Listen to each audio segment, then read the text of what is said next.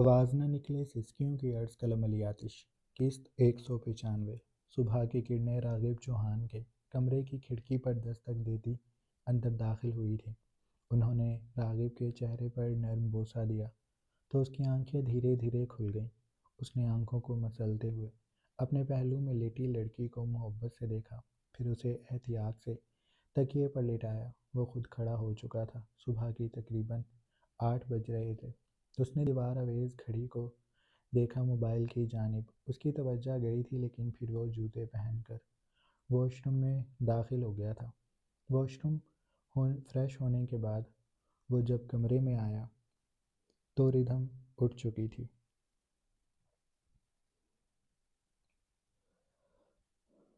اس نے ردھم کو مسکرا کر دیکھا۔ وہ ڈریسنگ کے سامنے کھڑا اپنے بال سنوار رہا تھا۔ ردھم کے چہرے پر بھی مطمئن سی مسکراہٹ پھیلی ہوئی تھی۔ کافی دنوں بعد راغب نے اسے اس طرح پرسکون اٹھتے ہوئے دیکھا تھا۔ اس سے پہلے اس واقعے کے بعد جب بھی ردھم اٹھتی تھی اس کے چہرے پر ایسی رونق نہیں ہوتی تھی۔ آج والی ردھم تھوڑی شرمائی شرمائی سی دکھائی دے رہی تھی۔ راغب نے بال سنوار کر اپنے بدن پر پرفیوم چھڑکا اور پلٹ کر ردھم کو دیکھا۔ اس کے بکھرے بالوں کو چہرے پر سے سمیٹ کر اس نے ردھم کے گال پر بوسہ دیا اور اسے اپنے سامنے کھڑا کر کے اس کی خمار آلود آنکھوں میں جھانکتے ہوئے بولا، تمہاری طبیعت ٹھیک ہے؟ اس نے ردھم کے گرد اپنا بازو حائل کر لیا تھا اور اس کی پشت کو سہلا رہا تھا۔ ردھم نے اس بات میں سر ہلا دیا، جی میں ٹھیک ہوں۔ راغب نے بھی سر کو جنبش دی اور بولا، چلو پھر تم بھی فریش ہو جاؤ، میں نیچے تمہارا انتظار کر رہا ہوں۔ وہ کہہ کر سائڈ ٹیبل سے اپنا موبائل اٹھاتا نیچے کی جانب بڑھ گیا تھا۔ ردھم بھی واش روم میں داخل ہو گئی تھی۔ وہ ڈائننگ ہال میں موجود سربراہی کرسی پر بیٹھا اپنے موبائل اسکرین سامنے کی ای میلز چیک کر رہا تھا۔ تبھی اسکرول کرتے ہوئے اس کی آنکھوں میں الجھن سی دکھائی دینے لگی۔ ایک غیر شناس اکاؤنٹ سے اسے ایک ای میل آئی ہوئی تھی۔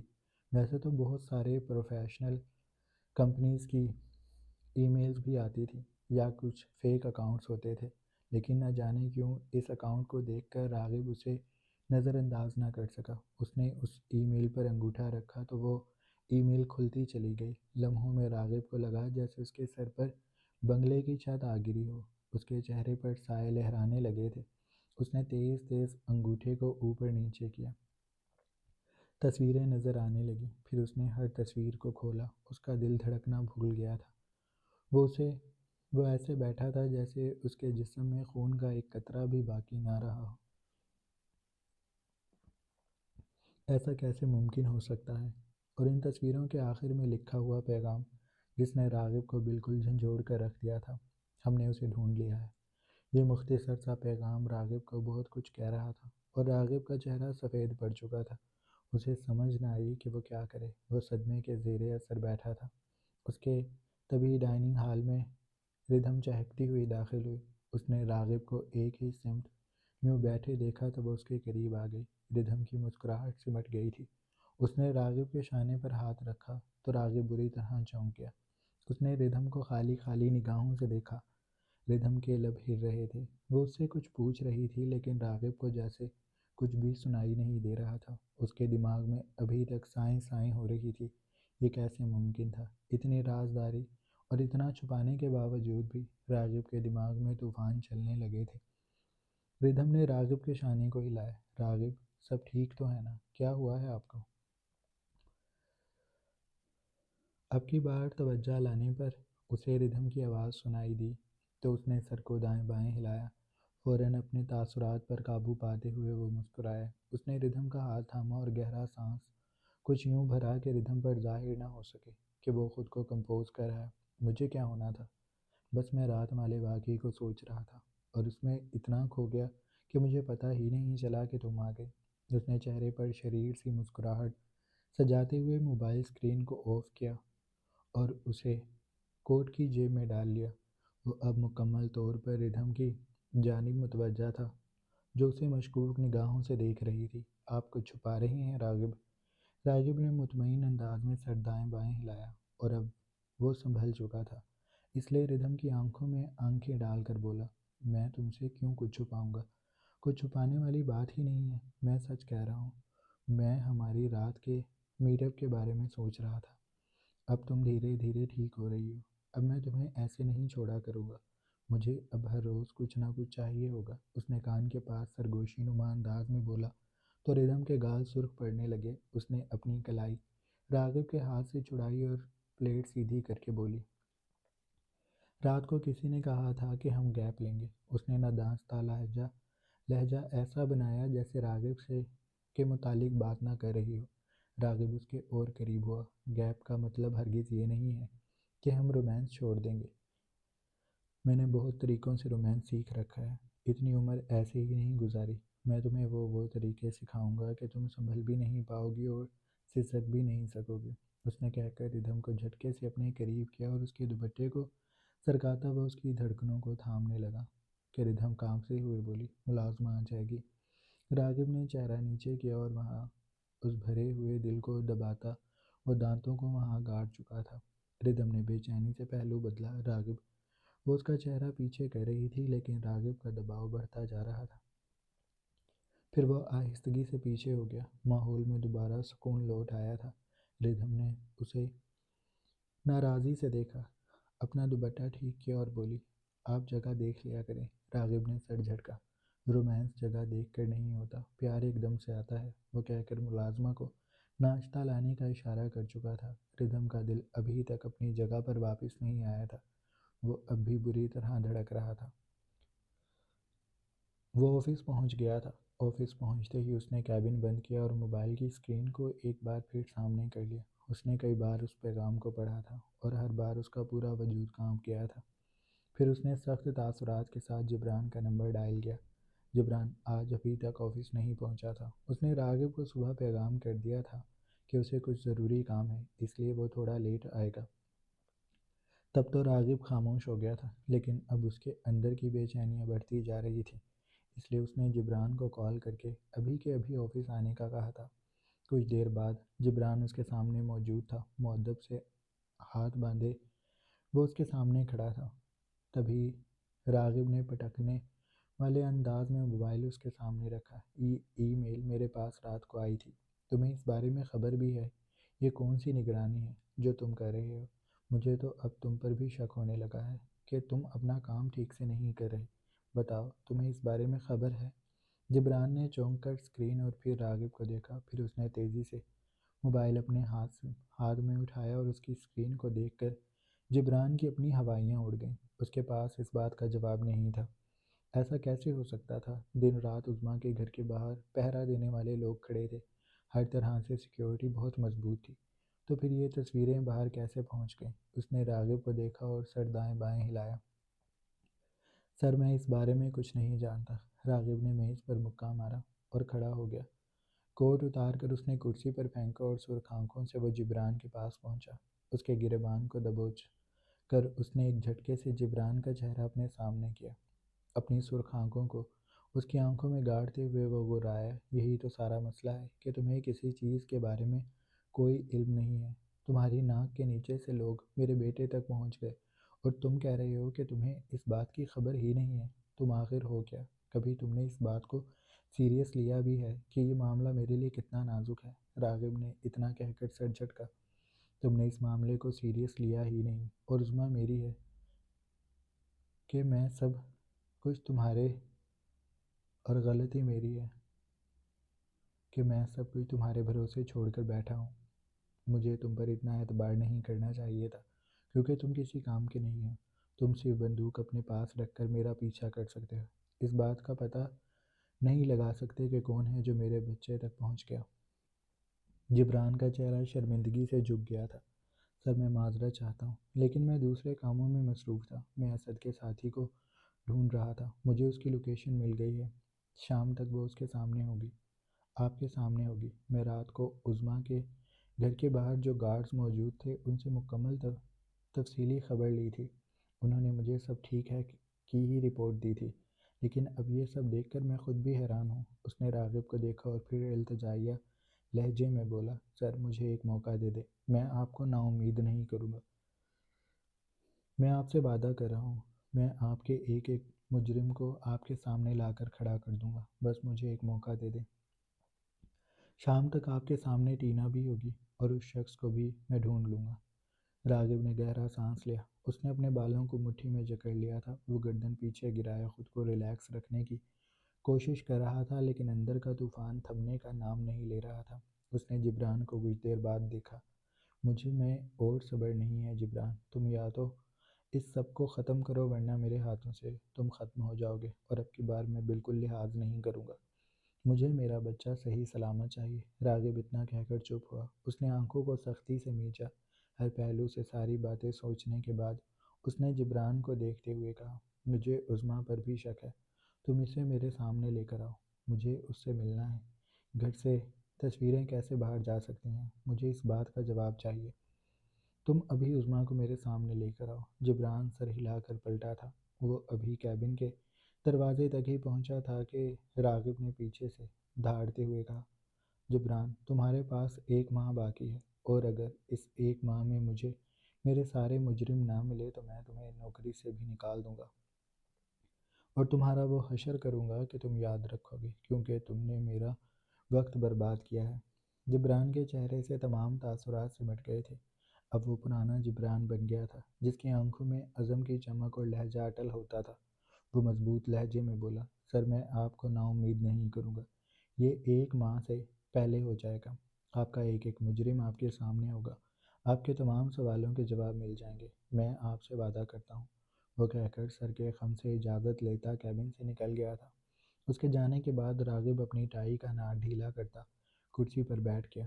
وہ دوبارہ اس پیغام کو پڑھ رہا تھا اور ان تصویروں کو دیکھ رہا تھا جو اس کے لخت جگر کی تھی۔ اب کی بار وہ کسی طرح کی کوئی غلطی نہیں کرنا چاہتا تھا۔ اس کا دماغ تیزی سے چل رہا تھا۔ وہ عظمیٰ سے اپنے کیبن میں نہیں مل سکتا تھا، اور نہ ہی وہ دن کے اجالے میں اس کے گھر جا سکتا تھا۔ اسی لیے اس نے غیر معروف ریسٹورنٹ کو مکمل طور پر بک کیا۔ اس کے ارد گرد اچھی خاصی سیکیورٹی لے کر وہ اس وقت ریسٹورنٹ میں موجود تھا۔ پورا ریسٹورنٹ خالی پڑا تھا۔ خاموشی دیواروں سے لپٹی ہوئی تھی۔ نیم اندھیرا عظمیٰ کے اعصاب پر لرزش طاری کر رہا تھا۔ اس کی آنکھوں میں آنسو تھے۔ اس کی گود میں ننھا موسیٰ دکھائی دے رہا تھا۔ راغب نے ایک جھٹکے سے اس سے موسیٰ لیا اور اسے اپنی گود میں لیتا وہ اس کے گال کو چومتے ہوئے چند پل اپنے دل میں اترنے والے سکون کو محسوس کرتا رہا۔ پھر اس نے ٹانگ کو اوپر کیا اور موسیٰ کو گھٹنے پر لٹا لیا۔ پھر اس نے سرخ نگاہوں سے عظمیٰ کی جانب دیکھا، جس کی آنکھوں سے آنسو بہہ رہے تھے۔ تم مجھے سچ بتاؤ گی یا میں تمہاری زندگی عذاب بنا دوں؟ عظمیٰ نے روتے ہوئے سر دائیں بائیں ہلایا۔ سر، میں سچ کہہ رہی ہوں۔ میں اس بارے میں کچھ بھی نہیں جانتی۔ میں آپ کو دھوکہ نہیں دے رہی۔ میں جیزس کی قسم کھاتی ہوں، میں نے کچھ بھی نہیں کیا۔ میں تو بچے کے ساتھ دن رات اپنے گھر رہتی ہوں۔ لوگوں سے بھی رابطہ نہیں ہے میرا۔ میں سچ کہہ رہی ہوں، مجھے اس بارے میں کچھ بھی نہیں پتا۔ عظمیٰ زاروں قطار رو رہی تھی، لیکن اتنے بڑے جھٹکے کے بعد راغب کسی کے آنسوؤں سے پگھلنے والا نہیں تھا۔ وہ عظمیٰ کو انہی انگارہ اگلتی نگاہوں سے دیکھتا رہا۔ عظمیٰ یہ بات جانتی تھی کہ راغب اس کی باتوں پر یقین نہیں کر رہا۔ اس نے راغب کے سامنے ہاتھ جوڑ لیے۔ سر، میں سچ کہہ رہی ہوں، مجھے خداوند کی قسم، میں آپ کو دھوکہ دینے کے بارے میں سوچ بھی نہیں سکتی۔ میں اپنی حیثیت جانتی ہوں۔ میں آپ کے سامنے ایک چیونٹی برابر ہوں۔ آپ مجھے جب چاہیں کچل سکتے ہیں، تو میں آپ سے ٹکر لینے کا کیسے سوچ سکتی ہوں؟ سر، میں اپنا کام ایمانداری سے کر رہی ہوں، میں نے کچھ نہیں کیا۔ وہ بار بار اپنی بے گناہی کا ثبوت دے رہی تھی۔ راغب نے اپنا موبائل نکالا۔ اسکرین پر انگلیاں چلانے کے بعد اس نے عظمیٰ کی جانب اسکرین کی۔ موسیٰ نے ایک کمبل کس وقت لیا ہوا تھا؟ عظمیٰ نے آنسوؤں سے بھری آنکھوں کو موبائل اسکرین پر جمایا۔ کچھ دیر تصویر کو دیکھتے رہنے کے بعد وہ تیزی سے سر ہلاتے ہوئے بولی، یہ موسیٰ نے اس وقت لیا ہوا تھا جب میں انہیں ہسپتال لے کر گئی تھی۔ اس کے بعد دوبارہ میں نے موسیٰ کو یہ کمبل نہیں اڑایا تھا۔ اس کمبل میں وہ دوبارہ لپٹے نہیں تھے۔ وہ بے ربط لہجے میں راغب کو بتا رہی تھی۔ راغب کی بھویں بھیج گئی تھیں۔ آنکھوں کی سختی کم نہیں ہوئی تھی۔ ان آنکھوں میں ویسی ہی انگارے دکھائی دیتے تھے۔ پھر اس نے جبران کی جانب دیکھا۔ راغب کا دماغ کام کرنا چھوڑ چکا تھا۔ اس دن کے بارے میں عظمیٰ اب تفصیلاً بتا رہی تھی کہ اس نے صبح اٹھ کر موسیٰ کو تیار کیا تھا۔ اس کے بعد وہ سیکیورٹی کے ساتھ اسپتال پہنچی تھی۔ پورے راستے اس کی ماں اس کے ساتھ تھی، یا پھر وہ گارڈ جن کے ہمراہ وہ یہاں تک آئی تھی، اور ان گارڈ میں سے بھی کسی کو اتنا موقع نہیں ملا تھا کہ وہ موسیٰ کو لے سکتا۔ یہ ڈاکٹر عبداللہ کے کیبن کا سین ہے۔ ایک دن پہلے جب راغب نے اپائنٹمنٹ لی تھی تو اسی شام ڈاکٹر عبداللہ کے کیبن میں اچانک لائٹ چلی گئی تھی۔ انہوں نے الیکٹریشین کو بلایا تھا۔ عظمیٰ راغب کو تیز تیز بتا رہی تھی کہ اسپتال پہنچتے ہی اس نے موسیٰ کو راغب کے حوالے کر دیا تھا۔ اس کے بعد بھی واپسی پر سیکیورٹی کے لوگ اس کے ساتھ تھے، تب بھی کسی نے اس کی گود میں ایک لمحے کے لیے بھی موسیٰ کو نہیں لیا تھا۔ تو پھر کیسے اس کی تصویریں بنائی جا سکتی تھیں؟ صاحب، مسئلہ زیادہ ہے، آپ کچھ دیر باہر انتظار کر لیں، الیکٹریشین نے ڈاکٹر عبداللہ کو کہا تھا۔ ڈاکٹر عبداللہ وہاں سے اٹھ کر چلے گئے تھے اور ان کے جاتے ہی ان کے کیبن میں لگے کیمرے کے قریب وہ الیکٹریشین گیا۔ اس نے ایک محتاط نگاہ کیبن کے بند دروازے پر ڈالی۔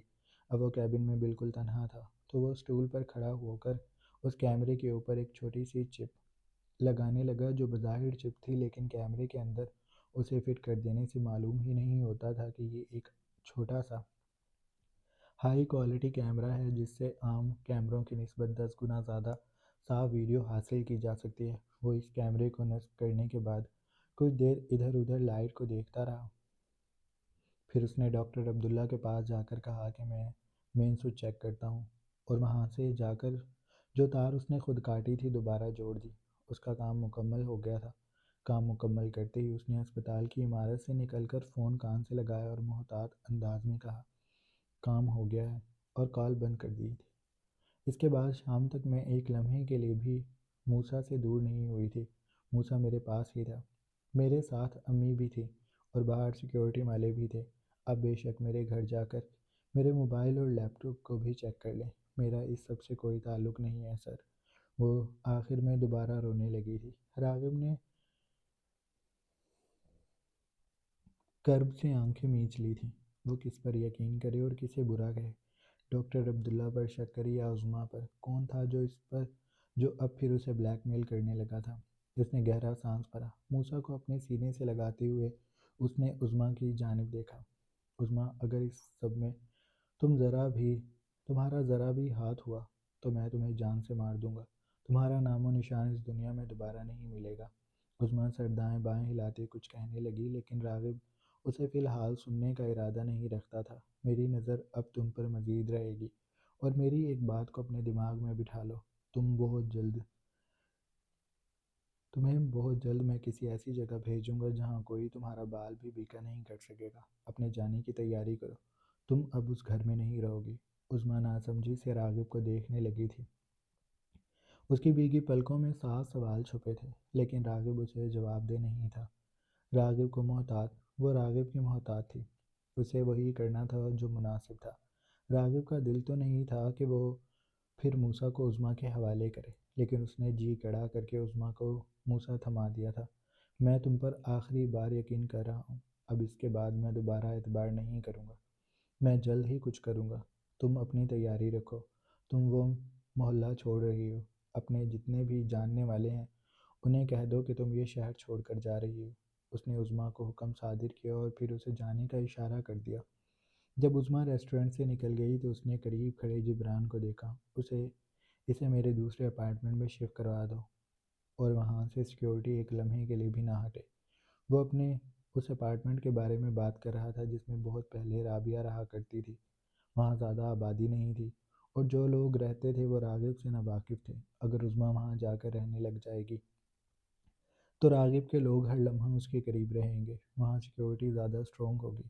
اس نے فیصلہ کر کے جبران کو کہہ دیا تھا۔ جبران سر کو جنبش دے کر چلا گیا۔ ان سب کے جانے کے بعد راغب ریسٹورنٹ کے ہال میں تنہا بیٹھا رہ گیا۔ اسے ابھی بھی اپنے سینے پر وہ نرم سا لمس محسوس ہوتا تھا۔ اس نے آنکھیں بند کی تھیں اور اپنے موسیٰ کو تصور کرتا گہرے گہرے سانس بھر رہا تھا۔ کچھ دیر بعد جبران اندر آیا۔ عظمیٰ کو اس نے باقی گارڈز کے ساتھ گھر بھیج دیا تھا۔ راغب کو آنکھیں موند کر بیٹھا دیکھ کر وہ چند پل اسے خاموشی سے دیکھتا رہا، پھر اس نے پکارا، سر مجھے آپ سے بات کرنی ہے، میرے پاس ایک آئیڈیا ہے، اگر آپ مناسب سمجھے تو میں بتاؤں۔ اس نے محتاط ہو کر پوچھا تھا۔ راغب نے دھیرے سے آنکھیں کھولی۔ وہ چند پل جبران کو سخت مہری سے دیکھتا رہا، پھر اس نے بہت دھیرے سے سر کو جنبش دی۔ سر، میرے خیال میں سب سے زیادہ محفوظ آپ کا اپنا گھر ہے جہاں میم ہے۔ اگر ہم چھوٹے صاحب کو واپس آپ کے بنگلے لے جائیں تو وہاں میں بھی ہوں گا۔ اگر اس سب میں عظمیٰ ملوث ہے تو میم کے قریب رہ کر وہ چھوٹے صاحب کو نقصان پہنچانے کا سوچ بھی نہیں سکے گی۔ وہاں حمیرہ بھی موجود ہوگی، اور اب کی بار بنگلے میں جتنا بھی سٹاف ہے وہ سارا تربیت یافتہ ہے۔ ایک ایک پر مجھے بھروسہ ہے۔ اگر کوئی بھی اونچ نیچ ہوئی تو بھرپائی میری جان سے ہوگی۔ بس میں سر یہ چاہتا ہوں کہ اب آپ کسی طرح چھوٹے صاحب کو گھر واپس لے جائیں، کیونکہ ہم انہیں کہیں پر بھی رکھ لیں وہ لوگ ان تک پہنچ ہی جائیں گے۔ تو بہتر ہے کہ اب چھوٹے صاحب پر ہر وقت آپ کے اور میم کی نگاہوں کے سامنے رہیں۔ راغب اس کی مکمل بات سننے کے بعد بالکل ششدر رہ گیا تھا۔ اسے سنبھلنے میں وقت لگا۔ اس نے جبران کو ناگواری سے دیکھا۔ وہ کرسی سے کھڑا ہوا اور چبا چبا کر بولا، میں موسیٰ کو وہاں نہیں لے کر جا سکتا۔ وہاں ردھم موجود ہوگی اور مجھ سے 10 سوال کرے گی۔ میں اسے اب اچانک کیا بتاؤں گا کہ یہ ہمارا بیٹا ہے جو پچھلے کئی دنوں سے ادھر ادھر لاوارثوں کی طرح پڑ رہا ہے۔ وہ مجھے شوٹ کر دے گی۔ تم اندازہ نہیں لگا سکتے وہ اپنے بچوں کے معاملے میں کتنی حساس ہے۔ میرا بھی لحاظ نہیں کرے گی۔ میں ایک دم سے اس کے سامنے موسیٰ کو نہیں لے کر جا سکتا۔ راغب مضطرب سا تھا۔ اس نے رخ موڑ لیا تھا، لیکن کہیں نہ کہیں اسے جبران کی بات ٹھیک لگی تھی کہ موسیٰ کو اگر وہ کسی طرح گھر لے جائے تو ردھم کے اندر کی ممتا کو کچھ تسکین پہنچے گی۔ ایک چھوٹا سا بچہ اس کی آنکھوں کے سامنے رہے گا۔ وہ کل اسی بات کو لے کر ہی تو رو رہی تھی کہ اس کے پاس بچہ نہیں ہے۔ اس عورت نے ردھم کو بچہ نہیں دیا تھا۔ تو اگر راغب کسی طرح عظمیٰ کو موسیٰ سمیت اپنے گھر لے جائے تو ردھم کے پاس ایک کھلونا ہو جائے گا، اور ردھم کا دماغ بھی بٹا رہے گا۔ وہ بار بار بچے کی خواہش نہیں کرے گی۔ راغب کے بھاری سانسوں کی آواز حال میں پھیل رہی تھی۔ وہ منتشر ذہن کے ساتھ ریسٹورنٹ سے نکلا۔ جبران اس کے پیچھے ہی تھا۔ جبران نے ہوٹل کا بل پے کر دیا تھا۔ سیکیورٹی گارڈز اور راغب گاڑی میں بیٹھ کر وہاں سے نکل گئے تھے۔ جاری ہے۔ جناب، یہ تھی ہماری آج کی ایپیسوڈ۔ آئی ہوپ آپ لوگوں کو اچھی لگی ہوگی۔ اگر آپ کو قصہ اچھی لگی ہے تو آپ چینل کو لازمی سبسکرائب کر لیں، بیل آئیکن کے بٹن کو بھی پریس کر لیں۔ اپنا ڈھیر سارا خیال رکھیے گا۔ بہت جلد ایک نئی قسط کے ساتھ حاضر ہوں گے۔ اللہ حافظ۔